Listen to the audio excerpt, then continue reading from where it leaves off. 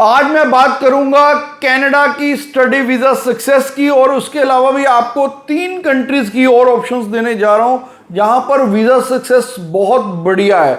और कनाडा का इस टाइम पे क्या सिनेरियो वो भी आपसे डिटेल में डिस्कस करूंगा। Bells Overseas, the sound of your future. Hello everyone, मैं कपिल भाटिया बेल्स ओवरसीज से। बेल्स ओवरसीज से आप कोई भी क्वेरी कर सकते हैं, सिर्फ नीचे आप कमेंट करके हमारे कमेंट का आपको इंडिविजुअली रिप्लाई करते हैं।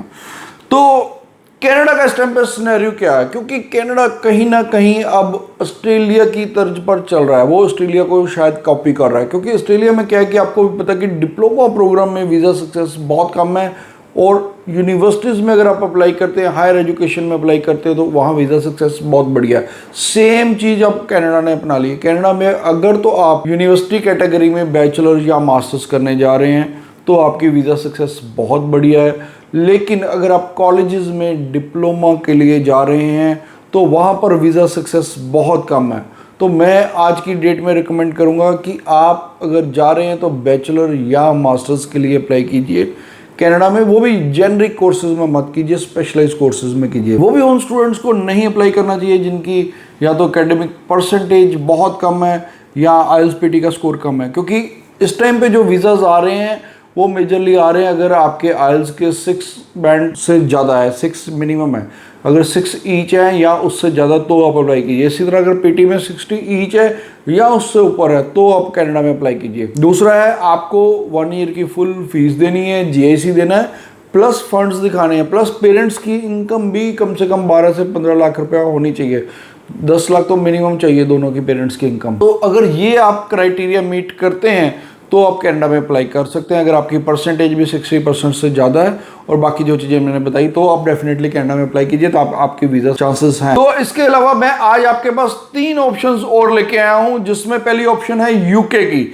यूके में आपको पता है कि सितंबर के बाद रूल चेंज हो रहे हैं। ऑलरेडी वाइट पेपर जा चुका है पार्लियामेंट में, किसी भी टाइम उस पर डिबेट होके वो पास कर सकते हैं। तो इसलिए सितंबर इनटेक आपके लिए लास्ट है। यूके में भी उसके बाद वीज़ास लेना डिफिकल्ट हो जाएगा। लेकिन आज की डेट में यूके में विदाउट आइल्स भी ऑप्शन है, और मास्टर्स विद रिसर्च प्रोग्राम जिनकी बैचलर है वो मास्टर विद रिसर्च प्रोग्राम अपने स्पाउस को भी साथ लेके जा सकते हैं। यूके इस टाइम पे गोल्डन अपॉर्चुनिटी है।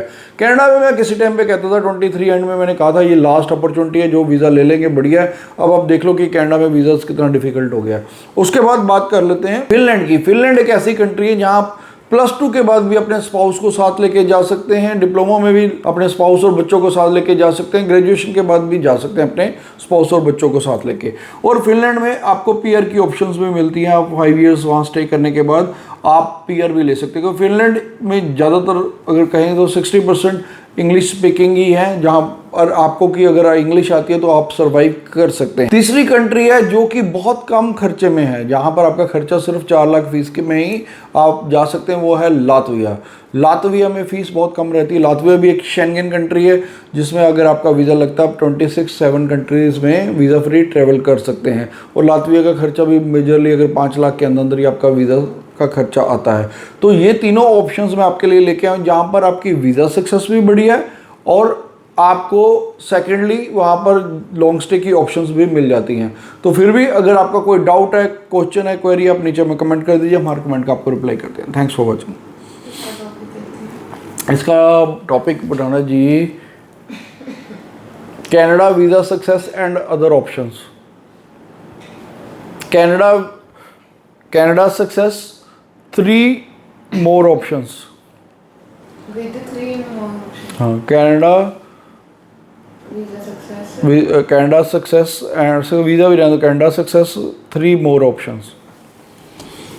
Bells Overseas, the sound of your future.